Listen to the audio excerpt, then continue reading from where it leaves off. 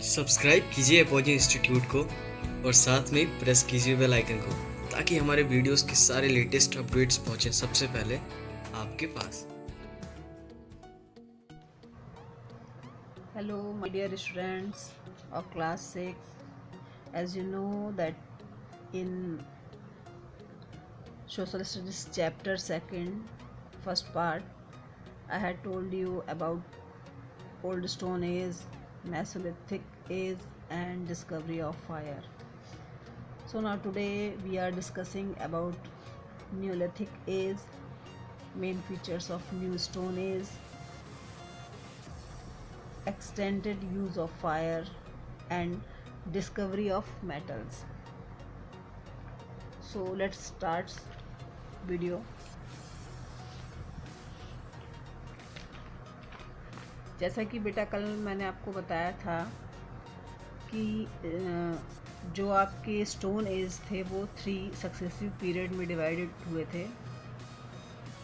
Old stone age जिसे Palaeolithic as कहा जाता है, मिडिल स्टोन एज जिसे मेसोलिथिक एज कहा जाता है और थर्ड था न्यू स्टोन एज यानी न्यूलिथिक एज।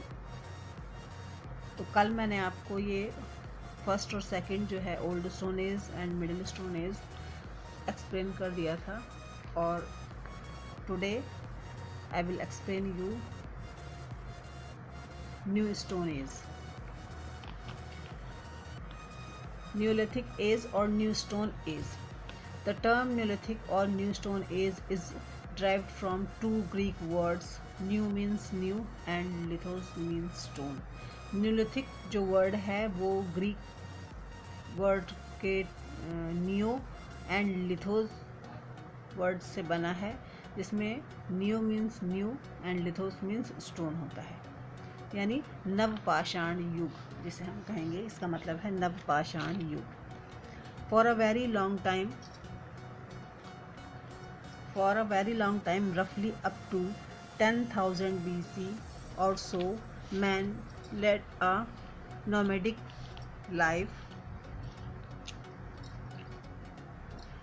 10,000 वर्ष पूर्व जो हमारा अर्ली मैन था वो नोमैडिक मीन्स होता है खाना बदोशी लाइफ, घुमंतु जीवन, जैसे कभी इस प्लेस पे कभी उस प्लेस पे, जहाँ उसे रहने की जो है वो कंडीशंस सही लगी उसके अकॉर्डिंग वहाँ उसने रहना शुरू किया। फिर वहाँ उसको लगा कि अब मुझे यहाँ प्रॉब्लम्स हो रही हैं तो उसने वो प्लेस चेंज किया। For search of food, for search of water, मतलब जब जब उसको जिस चीज़ की ज़रूरतें ज़्यादा महसूस हुई और वो चीज़ उसको उस प्लेस पे जो है नहीं अवेलेबल हुई तो उसने अपना प्लेस चेंज किया। He wandered from place to place in search of food, but in about 10,000 BC he could produce his own food and lead a settled life. लेकिन इसके बाद के वर्षों में उसने खुद जो है वो भोजन उगाना और अपना एक सेटल्ड लाइफ जो है उसने अपनी बना ली थी। जैसे पहले अभी अर्ली मैन ने आपने ओल्ड स्टोरीज में देखा था कि कच्चा मांस खाता था, जानवरों को जैसा भी मतलब उसको जो चीज़ें मिलती थी वो उनसे अपना पेट भर लेता था। फिर जो है दूसरी जो सेकंड आपका था मेसोलिथिक एज, उसमें आपने देखा कि उसने पत्थरों में क्या है हड्डियों और लकड़ियों को यूज़ करके उससे औजार बनाने शुरू किए, यानी इससे फिर वो धीरे धीरे हंटिंग भी करने लगा। अब थर्ड जो आपका न्यू स्टोन एज है, इसमें क्या हुआ कि वो फूड खुद उगाने के लिए बारी बारी सोचने लगा कि मतलब मैं इसको खुद से कैसे इसको मैं डेवलप कर सकता हूँ। ही also began to tame and herd some animals which he found to be more useful. अब उसने क्या किया, धीरे धीरे कुछ जानवर को भी उसने जो है उनको पालना शुरू किया, which he found to be more useful, जिनको सोचा था कि वो उनके लिए ज़्यादा यूजफुल हैं। The beginning of this new stage in the early man's life is known as the new stone age, और यहीं से इसी स्टेज से मानव के नए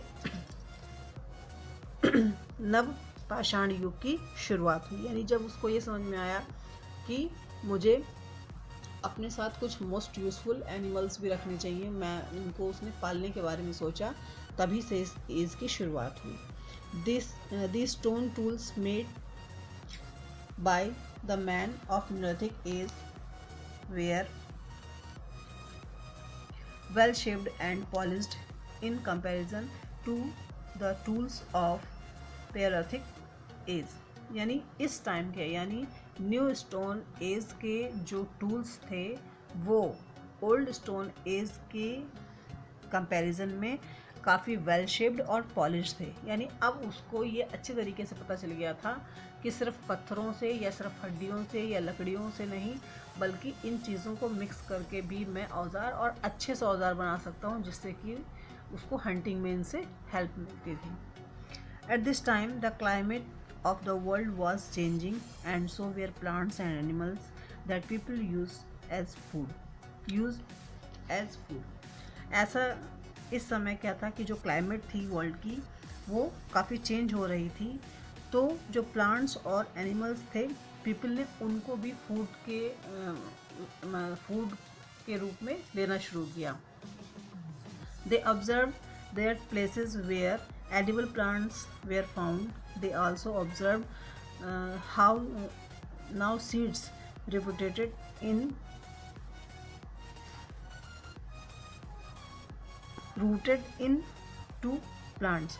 मतलब अब उसने क्या किया कि ऐसे स्थानों को वो खोजने लगा जहाँ की उसको एडिबल प्लांट्स, यानी कि जैसे जिन प्लांट्स को हम भोजन के कच्चे रूप में लेते हैं, ऐसे प्लांट्स मिले, या फिर उसने धीरे धीरे क्या किया कि प्लांट्स को उगाने के बारे में सोचने लगा कि मैं जो है फूड को, अनाज को उगाऊं, इनको सीड्स जो बीज होते हैं उनको बोकर।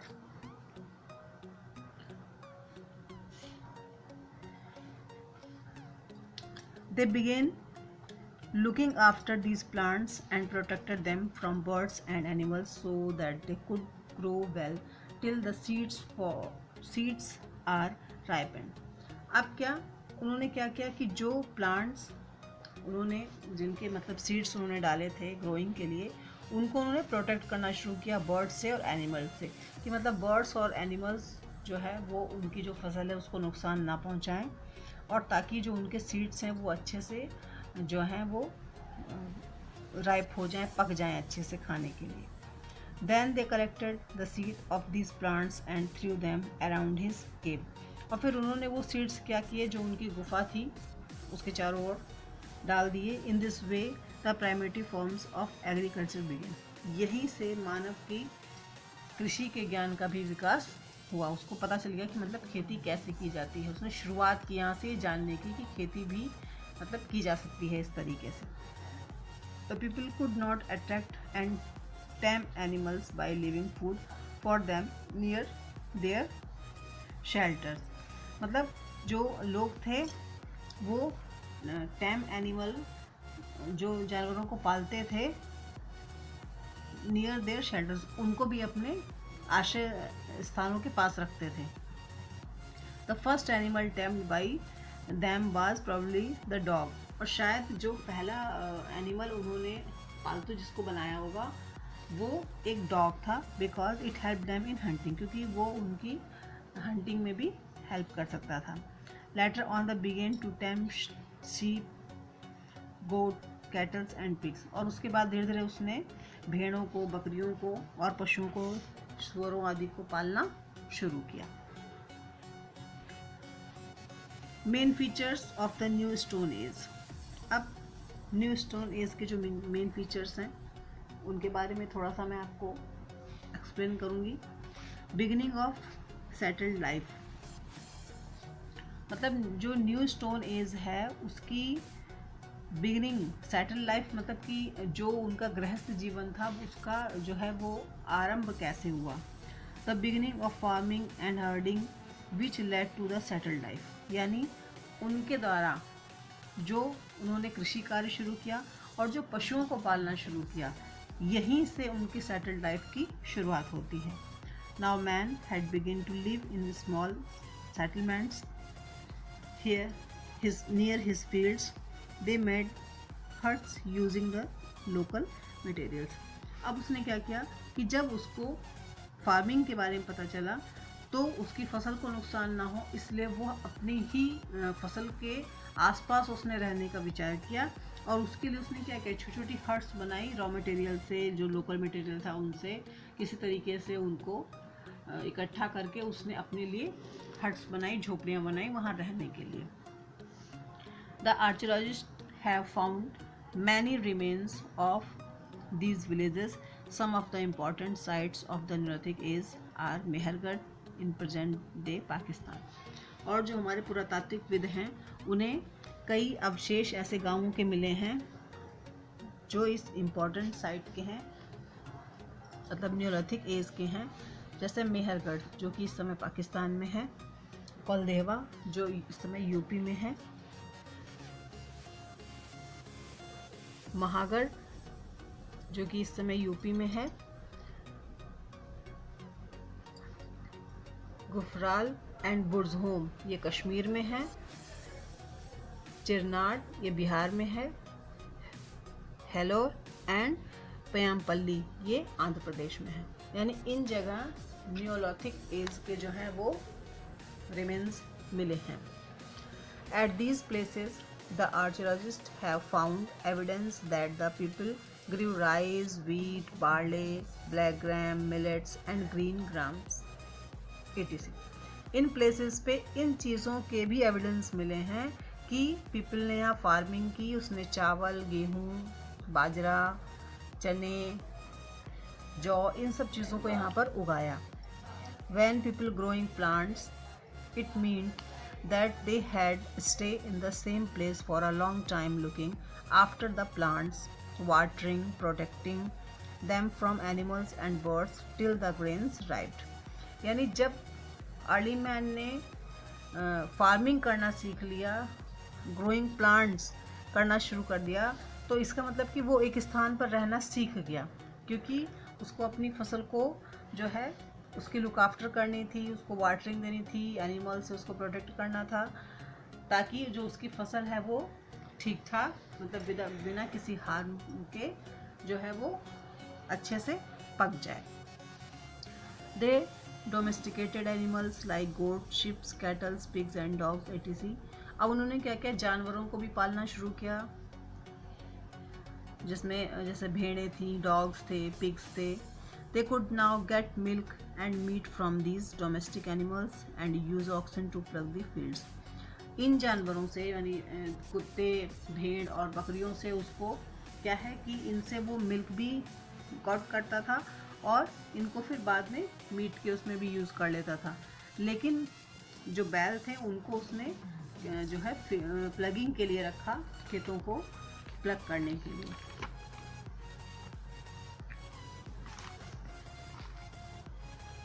Invention of wheel. Wheel means पहिया, यानी व्हील की खोज कब हुई। The invention of wheel was one of the most important achievement of man in the neolithic age. Neolithic man's intelligence led him to invent the wheel. यानी कि wheel की जो इन्वेंशन थी वो बहुत ही इम्पॉर्टेंट अचीवमेंट है, एक बहुत ही महत्वपूर्ण प्राप्ति थी जो है मैन की न्योलिथिक एज के, क्योंकि न्योलिथिक मैन्स की इंटेलिजेंस ने ही उसे इस चीज़ को इन्वेंट करने की जो है वो क्या उसको ये चीज़ इन्वेंट करने की, उसको थिंक करने की पावर दी, मतलब इतना उसको समझ आ गया था कि मुझे ये चीज़ इन्वेंट करनी चाहिए। A round trunk of a felled tree might have given him this idea. शायद एक जो पेड़ के टुकड़े को जब वो कट कर रहे थे, इससे ये आइडिया उन्हें मिला होगा। When he cut it round trunk of wood, it might have rolled down a slope। तो जब उन्होंने उस वुड को कट किया होगा तो वो स्लॉप पे ऐसे जैसे ढुलक जाती हैं चीज़ें, ऐसे लुढ़क गई होंगी, लुढ़क गया होगा। Thus occurred him to idea of wheel। इससे उन्हें पहिए के बारे में, पहिया बनाने के आविष्कार के बारे में थोड़ी सी प्रेरणा मिली होगी। As a result, a wheeled cart appeared। और उसके बाद wheeled cart appeared हुई। It had to move heavy load from one place to another and made travels easier and comfortable। जो जब इन्वेंशन हो गया व्हील का तो इसके रिज़ल्ट में व्हील कार्ट आई, और जो कि हैवी लोड को वन प्लेस से अनदर प्लेस पे ले जाने में सहायक होती थी, और इससे जो है उनका ट्रैवल जो है बहुत ही ईजियर और कंफर्टेबल हो गया। The wheel was also used for making beautiful pots as well as for spinning and weaving. It also helped in development of art and craft. और इससे व्हील से हमें जो है हमारी आर्ट और क्राफ्ट में भी काफ़ी डेवलपमेंट हुआ। इससे पॉट्स बनाने में भी मतलब इससे पॉट्स भी बनाए जाने लगे, उसको घुमा के स्पिनिंग करके, और ये हमारे जो है आर्ट और क्राफ्ट में भी हमको इससे काफ़ी हेल्प मिली। यहाँ एक चीज़ मैं आपसे थोड़ा सा क्लियर करना चाहूँगी, mortars and pestles are used in grinding grains even today. यानी वो पहिए का ही आविष्कार था जो आप घरों में आज खरल देखा होगा, जिसमें मसाले वसाले कूटते हैं, ग्राइंडिंग करते हैं, देखा ना। मिक्सी जैसे जो है, जो मिक्सी तो उसका बहुत बड़ा डेवलपमेंट है उस बारे में, लेकिन ऐसे ही उसमें भी तो नीचे व्हील लगे होते हैं ना, तो वो व्हील के इन्वेंशन की वजह से ही आज ऐसी चीज़ें जो हैं जिनको हम डेली यूज़ में यूज़ करते हैं, तो काफ़ी उसका वो डेवलपमेंट जो है रूप है जो आज हम यूज़ करते हैं। Poetry and other arts. The man in the new stones is needed pots for his daily use in order to store in from food and other items. अब जब इंसान ने फार्मिंग करना सीख लिया, तो वो उस मतलब जो उसका अनाज था उसको स्टोर करने के लिए भी उसे कुछ पॉट्स की ज़रूरत पड़ी। मतलब उसको भी समझ में आने लगा कि जो ये अनाज है इसको कहीं सुरक्षित जगह पे रखने के लिए भी, कहीं मुझे प्रिजर्व करने के लिए भी किसी चीज़ की ज़रूरत है। So he began to make pots from clay and dried them in the sun. फिर उसने क्या किया, मिट्टी से उसने बर्तन बनाने शुरू किए उसी व्हील के ज़रिए, और फिर उन बर्तनों को धूप में सुखाने लगा। But soon he found that these pots could be baked on fire and made stronger. पर जल्दी ही उसे ये पता लग गया कि इन पॉट्स को पकाया भी जा सकता है आग में, और उससे वो जो है धूप में सूखने की बजाय ज़्यादा स्ट्रॉन्गर बनेंगे, ज़्यादा मजबूत होंगे। ही also develop the art of colouring, painting and decorating these pots. और फिर उसने धीरे धीरे क्या किया, उन पॉट्स को पेंटिंग करना भी शुरू कर दिया, कलर करना भी शुरू कर दिया, और मतलब ऐसे तरीके से उसने उन पॉट्स को डेकोरेट करना शुरू कर दिया। Crop cultivation, this provided much work for the people. First the seeds had to be sown. As the plants started to grow, they had to be watered and protected from animals. मतलब crop cultivation जो उसने सीखा, पहले तो उसने क्या किया कि बीज को जो है उसने बोया, और फिर जब उसमें से प्लांट निकलने लगे तो उसने उसको पानी दिया, उसको प्रोटेक्ट किया जानवरों से। Then the crop had to be harvested, और फिर जो वो उसकी जो क्रॉप थी वो एक फसल के रूप में हो गई। The harvested crop needed to go through threshing, husking and grinding before they were fit to be cooked. फिर धीरे धीरे उसको समझ में आने लगा कि जो ये हमारी क्रॉप है इसको थ्रेसिंग करके, ग्राइंडिंग करके तब ये जाके बनाने योग्य होगी। उसमें से मतलब भूसा वूसा सब अलग करके अच्छे से उसको सही से करके, मतलब खड़ा अनाज की बजाय उसने उसको थ्रेश करके यूज़ करना शुरू किया। Women played an important role, especially when it came to threshing, husking and grinding. यानी ये जो थ्रेसिंग था, ग्राइंडिंग था, इसमें वुमेन्स का बहुत ही इम्पोर्टेंट रोल था, क्योंकि ये कार्य जो है वो वुमेन्स ही करती थी। Extend use of fire. The next topic is, at this time the use of fire was further extended. Fire served the purpose of cooking food of different varieties. Man had by now learned to make earthen pots. जो fire का use है वो इसमें चरम सीमा पर था, और मनुष्यों ने क्या है जो है भोजन पकाकर खाना सीख लिया था, डिफरेंट वेराइटीज़ का। Man had by now learn to make earthen pots, और मिट्टी के बर्तन बनाने उसने सीख लिए थे जिनको कि वो आग में पकाने लगा था। He also learned to make a small fire in an earthen dish, the first lamp to bring a bit of light and warmth into his dark hut. और फिर इससे उसने क्या किया, मिट्टी के जो है earthen pots बनाने भी सीख लिए, मिट्टी का दिया भी बनाना सीख लिया, जो उसकी अंधेरी झोपड़ी में उजाले, जिससे उसकी अंधेरी झोपड़ी में उजाला मतलब आ गया, उजाला मतलब उसको प्रकाश पता चल गया कि हाँ, मिट्टी के बर्तन से ऐसे मैं क्या है कि अर्थन पॉट्स भी बना सकता हूँ जो कि पूरे जो है झोपड़ी में वो उजाला कर सकती है। It was use to scare away wild animals, और जानवरों को डराने के लिए भी वो आग का यूज़ करता था, फायर का यूज़ करता था। The next topic is discovery of metal. Metal means होता है धातु, डिस्कवरी मतलब खोज, यानी अब जब वो उसकी इंटेलिजेंसी पावर बढ़ती जा रही थी, धीरे धीरे वो चीज़ों को, नई नई चीज़ों को खोज कर रहा था। तो इन दिस सीक्वेंस नेक्स्ट जो उसकी डिस्कवरी थी वो मेटल की थी। The first metal discovered and used by early man was copper. मैंने इसके फर्स्ट वीडियो में भी आपको, फर्स्ट चैप्टर में भी बताया था, फर्स्ट पार्ट में भी बताया था कि जो उसने पहली फर्स्ट मेटल जो डिस्कवर की थी वो कॉपर थी। In course of this time man began to use bronze as alloy of copper and tin. इसी मतलब इसी क्रम में उसने क्या किया था कि टिन और कॉपर को मिला के एक नई धातु को उसने यूज़ करना शुरू किया, जिसे ब्रॉन्ज कहते हैं, मतलब पीतल इसे कहते थे। Bronze was harder than copper and therefore it was more useful to make tools and weapons. Bronze जो था वो कॉपर की तुलना में ज़्यादा जो है यूज़फुल था और स्ट्रॉन्ग था, इसीलिए अब जो उसने टूल्स बनाने शुरू किए वो टूल्स और जो वेपन्स बनाने शुरू किए वो ब्रोंज के उसने बनाने शुरू किए, क्योंकि कॉपर जो है वो काफ़ी सॉफ्ट था but bronze was very harder. The use of metals was a turning point in early man's life. मतलब मेटल का यूज़ जो है वो अर्ली मैन की लाइफ में एक बहुत बड़ा टर्निंग पॉइंट था। So this age is also called bronze age, इसीलिए इस एज को ब्रॉन्ज एज कहा गया है। सो बेटा, this second part is finished and I hope that you will be understand very easily and clearly.